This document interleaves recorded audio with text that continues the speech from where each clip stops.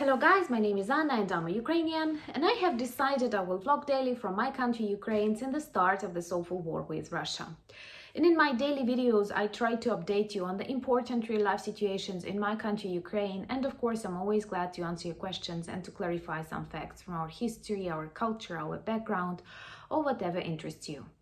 And there are things I can talk about eternally. I can repeat them in each of my vlogs, and one of these facts, one of the things is Russians that escape Crimea. Today they had another series of explosions on the territory of Crimea close to Jankoy, and once again it has nothing to do with the Ukrainian armed forces. It is just some malfunctionings or bad people doing bad things, or something gets wrong with the weapons. Anyway, it was a huge base, military base, that was used for the storage of weapons and various explosives. And early in the morning at 6:15 or something like that, a series of explosions were heard all over the region, and many people who now live or have rests in Crimea were terrified, just as Ukrainians are daily, and had to leave the peninsula. As far as I know, there are no victims, only some people were injured, and of course these are people connected with the military because they were close to the military bases. But in general, this is a very positive tendency, because we see that things are getting hotter and hotter on the territory of Crimea.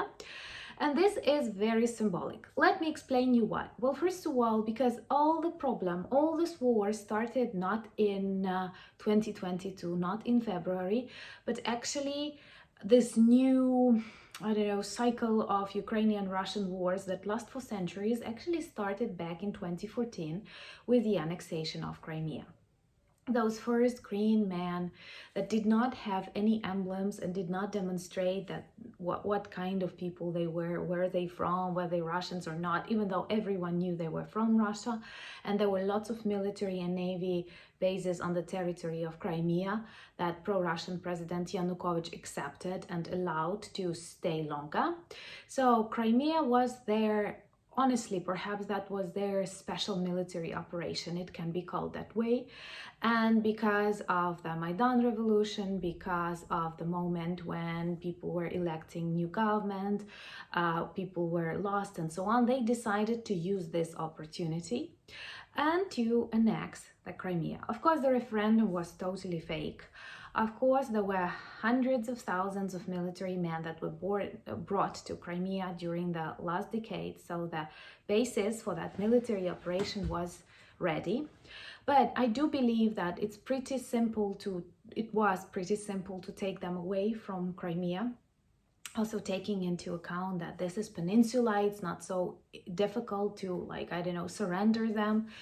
But all world global leaders, starting with, President Obama, were telling Ukraine not to be very angry, not to be aggressive, to try to negotiate, to persuade Russia to give back Crimea peacefully, which is total nonsense, taking into account that they have just taken it just a month ago, and why should they return if it's the start of their war against Ukraine? And I do think that this week global reaction led to the fact that pretty soon they wanted to annex Donbass and Lugansk, and they believe they will manage to do that the same way as with Crimea, but they failed. And it all led to the anti-terroristic operation, also known as a TOR, that was actually a war, a smaller scale war, but still the war that lasted for 8 years until it finally reached its full scale.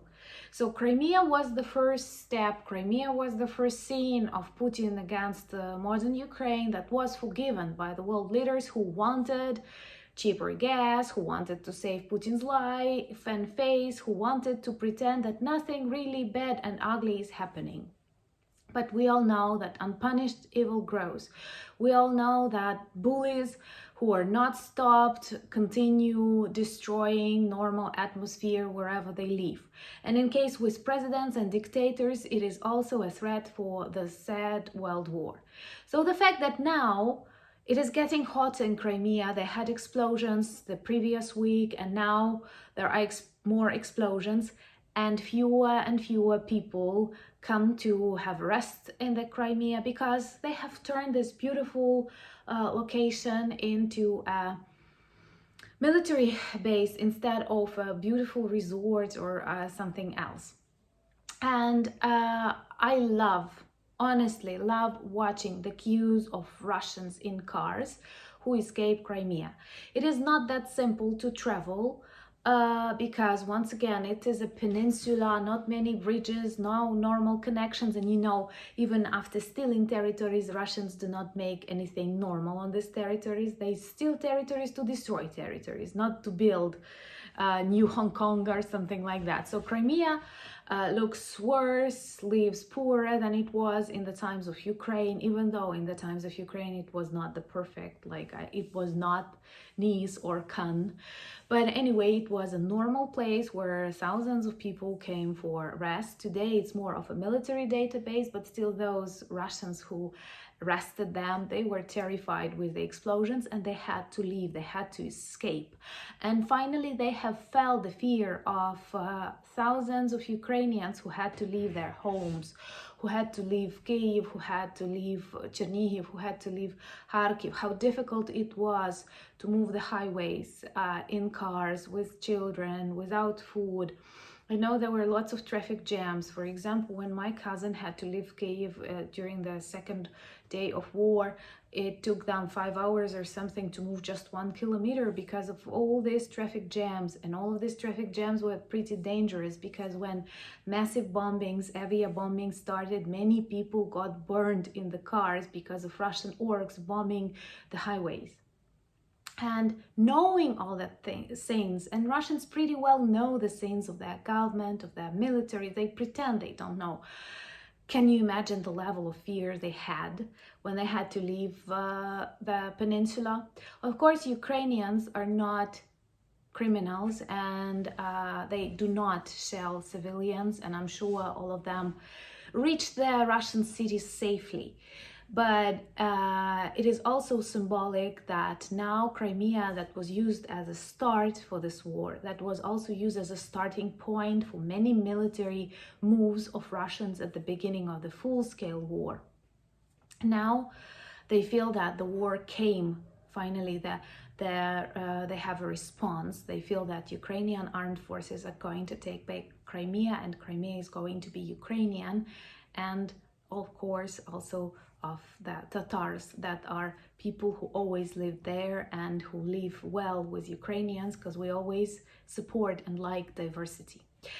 And it is also important that many political leaders now, after seeing the awful and ugly face of Putin and his criminal deeds, understand how important it is to stop him. And for example, Chancellor Scholz today said that it's totally okay for Ukrainians to use the weapons that were given by the Western allies to target Crimea, even though Russians always say that this is a Russian territory, and if you target Russian territory, you will get a nuclear bomb in return. But now we see that the world understands you cannot play with bullies, you cannot accept terrorist demands, because this is the way to nowhere. And I do believe that one day all of you, those who like mountain, sea, tasty food, wine, I don't know, will be able to come and see Crimea, that will be Ukrainian again. And maybe just as Crimea was the start of the war, maybe today Crimea that explodes, Russian military bases that are destroyed, airports that are burned, are just the symbols of the end of this war, but not the way Putin wanted it, but the way Ukrainians and the whole democratic world wants it. Thank you very much for watching. If you like my videos, like them. If you are new to my channel, please subscribe, because the more subscribers I have, the more opportunities I have to tell the world the updates from Ukraine, and I believe it is very important as this war continues. Thank you for buying me coffees, for becoming my patrons, but most importantly, thank you for standing with Ukraine. This means a lot, and this is a part of our joint victory. Slava Ukraini!